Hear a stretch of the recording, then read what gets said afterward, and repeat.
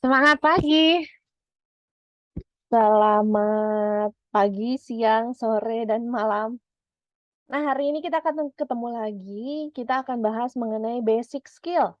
Apa sih yang dibutuhkan untuk kemudian kita mampu melakukan asesmen psikologi?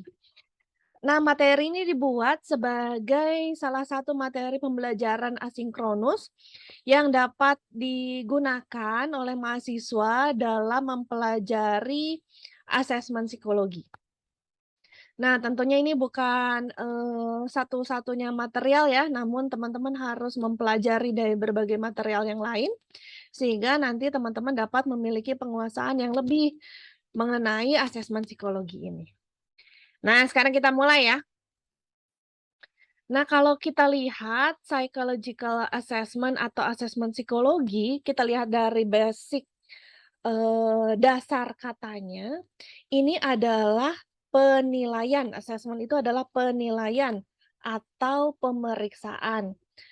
Apa yang dinilai, apa sih yang diperiksa, itu adalah psikologis. Nah, psikologis apanya? Ya, kemudian kita akan menilai apa sih, dapat angka, dapat baik benar, mendapat salah buruk, mendapatkan kategorisasi, apa sih yang dinilai? Nah, dalam psychological assessment atau asesmen psikologi, yang dinilai itu adalah aspek psikologis individu. Sehingga kita akan menilai individu ini berdasarkan pada aspek-aspek psikologis yang berada pada individu tersebut. Apa saja misalnya? Kemampuan untuk berpikir. Aspeknya apa? Bisa aspek logika, aspek kemampuan berhitung, aspek kemampuan bahasa, ada aspek sistematika berpikir, ada aspek memori gitu ya, bergantung kepada butuhnya kita tahu apa nih dari, kemampuan intelektual.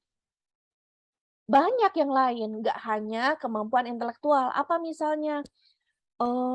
Kepribadian? Boleh. Apa? Kepribadian, misalnya kemampuan untuk menyesuaikan diri dengan lingkungan. Bagaimana sih motivasinya dalam, bekerja?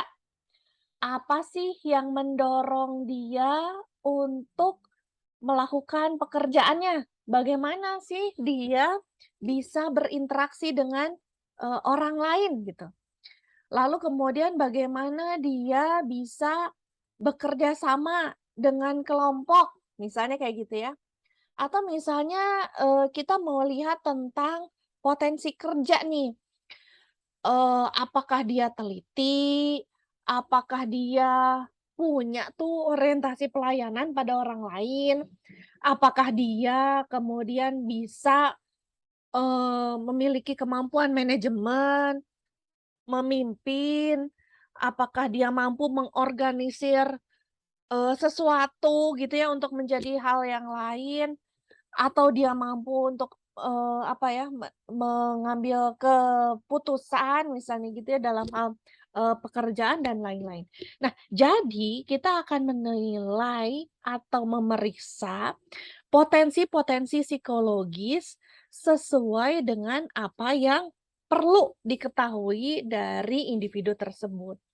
Sehingga memang kita harus, menjabarkan terlebih dahulu working image atau hipotesis apa yang diperlukan mengenai orang tersebut untuk kemudian kita telaah atau kita nilai gitu.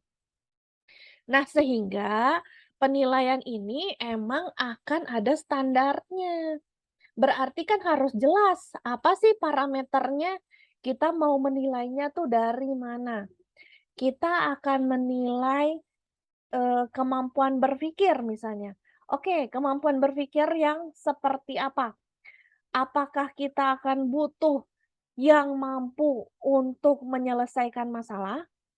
Kita akan mampu dia yang butuh untuk mampu mengerjakan perhitungan hitungan, yang mampu untuk cepat belajar, mempelajari hal baru misalnya gitu ya, karena dibutuhkan nanti dia akan mempelajari ini, mempelajari itu yang sebelumnya tuh dia nggak dapet sebelumnya misalnya gitu ya. Nah, jadi akan ada standar, oke, berarti akan ada tes yang digunakan dan tentunya ini adalah terstandar untuk mengukur hal tertentu. Misalnya adalah tes inteligensi untuk mengukur intelektual gitu. Adanya tes kepribadian untuk mengukur emosi misalnya gitu. Adanya tes, sikap kerja untuk mengukur ketelitian misalnya gitu, akan bergantung kepada aspek apa yang mau kita ketahui mengenai individu tersebut. Nah, jadi prosedurnya harus standar, nggak bisa kita berlakukan hal yang berbeda untuk individu tertentu. Terkecuali memang ada disabilitas atau memang ada kondisi-kondisi yang bersifat khusus yang memang ada standar operasional khusus yang berlaku untuk kelompok-kelompok tertentu juga gitu. Namun apabila tidak, ya itu berarti harus berlaku standar. Kenapa? Agar kita bisa membedakan variabilitas individu dengan diberikan perlakuan yang sama. Hasilnya berbeda, nah itulah yang menunjukkan kualifikasi atau menunjukkan performa atau menunjukkan nilai individu tersebut dibandingkan satu dengan yang lain gitu. Karena kan kemudian kita akan menilai, kita akan mengetahui mana sih yang lebih bagus gitu dari individu A, B, C, D, E, kita melakukan assessment, mana yang lebih baik, mana yang lebih unggul misalnya. Kalau standarnya beda-beda, tentu akan susah, karena titik nolnya tuh berbeda gitu ya. Nah, sehingga memang ini harus terstandar, sehingga titik nolnya sama, sehingga kita bisa melihat variabilitasnya, mana nih yang lebih unggul gitu ya, untuk kemudian kita melihat, yang lebih cocok, lebih sesuai, lebih fit, lebih klik gitu ya, itu yang mana. Nah, lalu kemudian yang kedua, ini adalah, tes dengan kemudian kita melihat sampling behavior. Sampling behavior itu artinya adalah perilaku-perilaku yang ditampilkan pada waktu-waktu tertentu.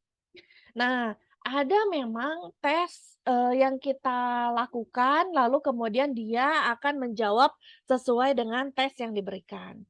Nah, lalu kemudian ada juga bentuknya misalnya behavioral assignment ya, yang kemudian kita akan nilai berdasarkan perilaku yang dia tampilkan saat itu, sesuai dengan stimulasi yang dia berikan. Misalnya diskusi kelompok, misalnya presentasi gitu ya, atau pada saat pengerjaan tes kita akan menilai bagaimana ya daya tangkapnya pada saat itu. Jadi pada saat dia menerima instruksi, bisa nggak ya dia langsung menangkap, kemudian memahami, mengerjakan sesuai instruksi gitu. Lalu kemudian ada suatu, masalah, misalnya dia salah nih mengerjakan, apa ya yang kemudian dia lakukan saat itu, yang kemudian menjadikan pola dia ketika menghadapi permasalahan pada saat tes tersebut gitu. Nah itu adalah, sampling behavior yang kemudian dapat kita ambil sebagai data untuk kemudian kita terjemahkan menjadi informasi. Nah, lalu kemudian data-data yang lain kita akan bisa ambil dari hasil tes tersebut untuk kita gambarkan skor yang kita, peroleh dari, data tes, itu kemudian kita bisa masukkan ke dalam kategorisasi-kategorisasi yang memang sudah ada. Misalnya berarti ada kategori rendah, sedang, tinggi gitu ya, di mana tinggi berarti artinya lebih baik ya dibanding yang rendah misalnya gitu.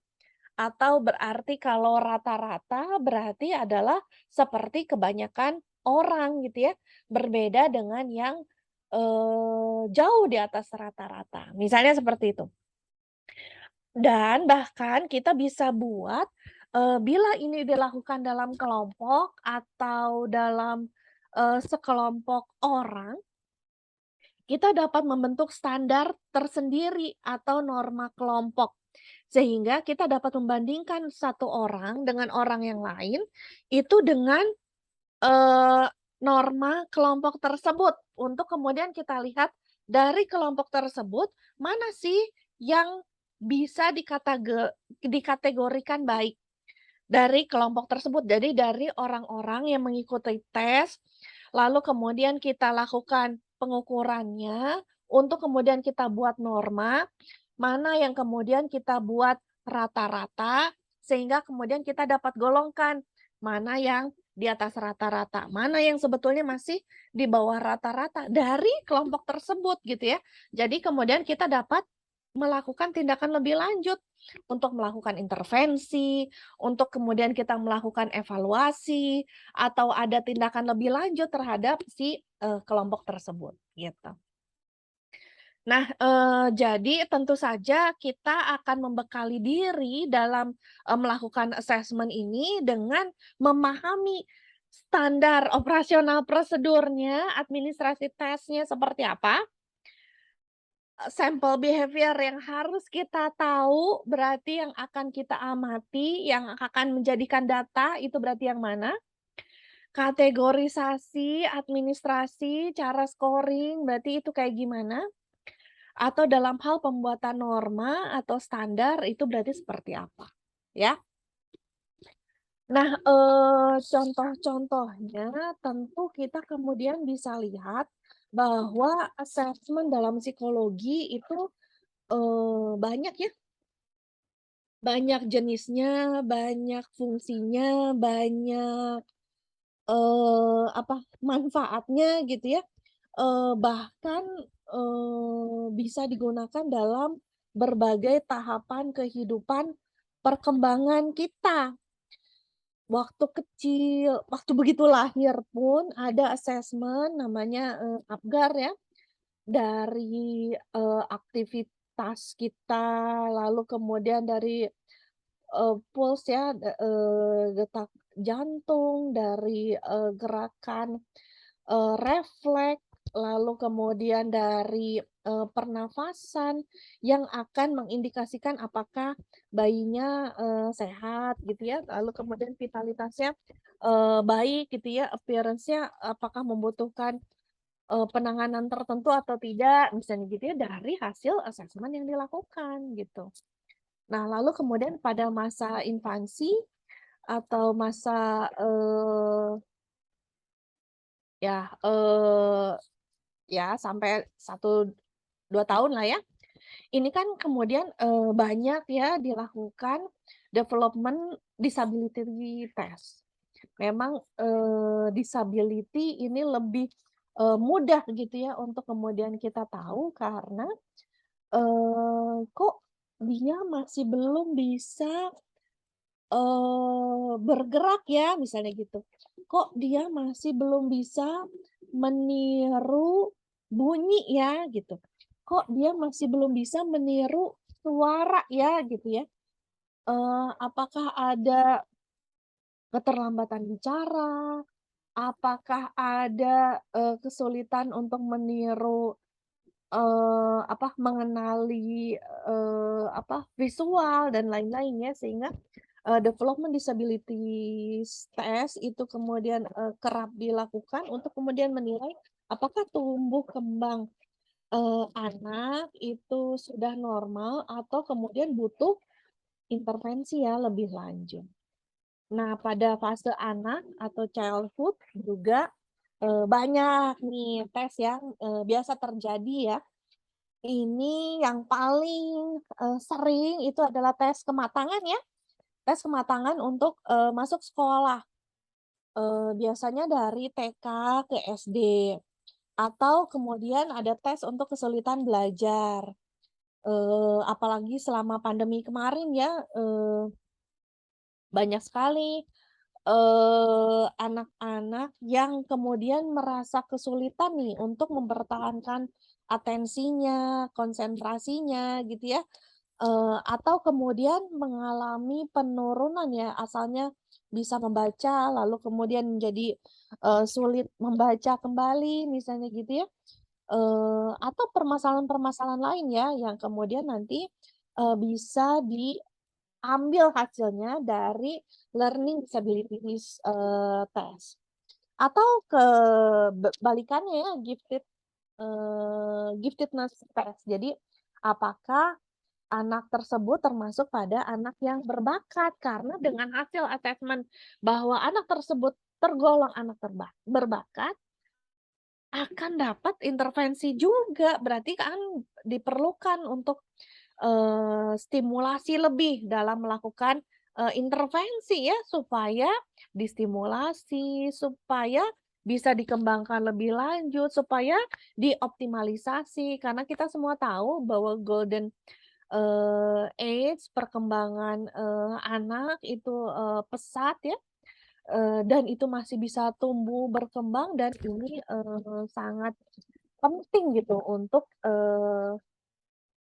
untuk difasilitasi agar seluruh potensinya itu dapat berkembang. Nah, sehingga fungsi-fungsi asesmen psikologi itu sangat baik gitu untuk dilakukan agar didapatkan tindakan lebih lanjut. Jadi bukan hanya sekedar tahu, tapi tindak lanjutnya seperti apa. Nah, nggak hanya levelnya pada anak, pada level remaja atau adolescents juga, biasanya sih untuk pemilihan bakat, jurusan, penjurusannya, lalu kemudian untuk, school test, untuk, kepentingan apakah anak ini bisa masuk percepatan misalnya gitu ya, apakah bisa masuk yang ini, masuk yang itu, beasiswa dan lain-lain, atau yang, fase adult ya untuk, dunia kerja biasanya, atau, perkawinan ya biasanya ya, entah itu untuk job screening, untuk pekerjaan, atau untuk, marital compatibility, atau untuk personality test, macam-macam. Jadi bisa digunakan di hampir keseluruhan hidup, manusia, asesmen ini, dengan tujuan yang bermacam-macam. Nah, jadi kita akan memperhatikan dalam aspek kehidupan tersebut, potensi psikologis apa nih yang mau dilihat? Nah, potensi psikologis inilah yang kemudian nanti akan dibangun, working image-nya seperti apa, untuk kemudian kita akan tentukan peralatannya atau tools yang akan digunakannya apa. Nah, sehingga kita akan bangun basic skill, psychological assessment-nya itu menggunakan apa? Secara umum itu adalah interview, lalu kemudian observasi, atau kemudian bisa, menggunakan juga, formal psychological test ya, tes formal, atau, menggunakan bidang keahlian lain ya, yang diperlukan. Misalnya, macam-macam ya, misalnya yang maksudnya ini adalah selain psikolog ya. Misalnya, dokter, misalnya apa, bidang hukum, misalnya, apa, pedagog, macam-macam lah ya yang memang terkait dengan permasalahan yang dibutuhkan tadi, gitu. Nah, jadi dalam misalnya salah satu, tools yang digunakan dalam assessment itu adalah, psikotes. Nah, berarti kita harus tahu cara administrasinya seperti apa, cara scoring-nya seperti apa, dan kemudian menginterpretasikan si tesnya seperti apa. Jadi nggak mungkin ya kita, eee, ya membacakan terus kemudian selesai. Aduh, karena bisa jadi kemudian kita ini akan ada titik nol yang salah gitu. Jadi misalnya, oh ini harusnya berbatas waktu, tapi misalnya terlewat. Oh ini harusnya tidak boleh diberikan di awal, tapi karena ketidaktahuan kita berikan di awal. Oh ini harusnya diberikan dengan, waktu yang ketat, tapi karena tidak tahu, jadi kita berikan. Nah jadi kan nggak standar ya, sehingga hasilnya akan jadi variabilitasnya jadi nggak setara gitu. Sehingga kita tidak bisa mengukur dari titik nol yang sama. Nah, ini tentu saja ya, akhirnya tidak dapat menggambarkan individu yang seperti mau yang kita inginkan gitu ya. Dan, psikotes ini tentu nanti hasilnya kan bisa macam-macam. Bisa kita mengukur kognitif pasti, ability, knowledge, skill, emosi, potensi lah yang kemudian nanti akan dimanfaatkan untuk kemudian kita dapat menggambarkan individu tersebut. Tapi jelas administrasinya seperti apa. Jadi kita harus, mempelajarinya terlebih dahulu. Setiap alat tesnya, scoring-nya seperti apa, interpretasinya seperti apa, sebelum kemudian dilakukan. Kalau enggak, salah jalan. Jadi percuma ya kalau dilakukan, tapi kemudian titik nolnya salah. Sehingga variabilitasnya itu tidak bisa kita ketahui gitu, sehingga ya, nggak bisa dipakai gitu datanya, gitu, ya. Nah, tentu saja kemudian nggak bisa juga kita gunakan kalau kita nggak tahu tujuannya. Karena alat tes tuh banyak, bukan hanya, "Oh ya psikotes," lalu kemudian ya udah psikotes, bukan. Harus ada tujuan yang jelas. Jadi, suatu tes itu digunakan memang harus dengan berdasarkan tujuan tertentu. Jadi tesnya juga harus jelas untuk tujuan apa dan kenapa menggunakan alat tes tersebut gitu. Jadi harus jelas tujuannya. Tujuannya apa aja sih? Nah, sebetulnya untuk tes itu bisa macam-macam. Yang pertama, itu adalah dalam hal klasifikasi. Kita bisa lakukan untuk placement atau untuk screening. Placement artinya adalah menempatkan individu ke dalam kelompok tertentu. Misalnya, kalau zaman dulu ya IPA atau IPS misalnya gitu ya. Atau kemudian dia cocok nggak nih dalam masuk ke pekerjaan tertentu. Atau dia cocok nggak nih masuk untuk nerima beasiswa tertentu, atau dia cocok nggak nih masuk ke universitas tertentu dan lain-lainnya. Atau untuk screening, nah screening tadi ya untuk, seleksi, atau dia untuk masuk, dari sekian banyak ke yang lebih sedikit misalnya gitu. Atau untuk diagnosis, diagnosis kemudian kita akan mengenali, mengklasifikasikan behavior, perilakunya. Apakah memang terindikasikan ada hal-hal yang memang dia itu, eee, tergolong sesuatu gitu ya. Jadi, apakah dia mengalami kesulitan belajar ya, learning difficulty gitu. Apakah dia akan mengalami emotional problem, apakah dia akan mengalami maladaptation gitu. Kenapa? Ada indikator-indikatornya, ada assessment-nya, kemudian ada, kriterianya, apakah dia memenuhi berapa persen dari indikator yang, seharusnya ada gitu. Sehingga kalau itu terpenuhi, diagnosisnya berarti terpenuhi, berarti dia, terpenuhilah si diagnosisnya bahwa dia sebetulnya tergolong ADHD. Nah, misalnya kayak gitu. Nah, assessment juga bisa digunakan sebagai treatment planning. Jadi artinya bagaimana kemudian kita dapat, membuat best treatment untuk mengatasi permasalahan.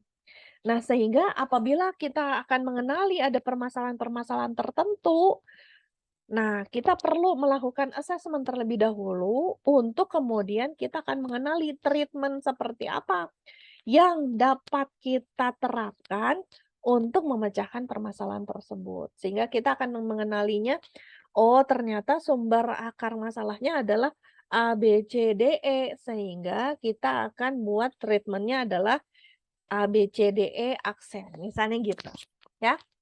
Nah, bisa juga, merupakan evaluasi programnya dari, suatu hal yang kemudian kita ukur untuk menjadikan langkah preventif, sehingga tidak terjadi penurunan atau pengurangan dari suatu kondisi yang, sudah baik gitu. Nah, asesmen ini akan menunjukkan misalnya kadar atau nilai atau kategori tadi ya, dari suatu kondisi sehingga kemudian kita akan mengenali, oh ini sudah bagus, oh ini sudah terjaga, oh ini sudah benar, dari sisi, programnya gitu ya, evaluasinya sudah baik sehingga diperlukan langkah preventifnya kayak gimana. Nah, bisa juga sebagai, penelitian ya terhadap topik-topik tertentu untuk kemudian kita bisa, dalami lebih lanjut gitu tentang, hal tersebut.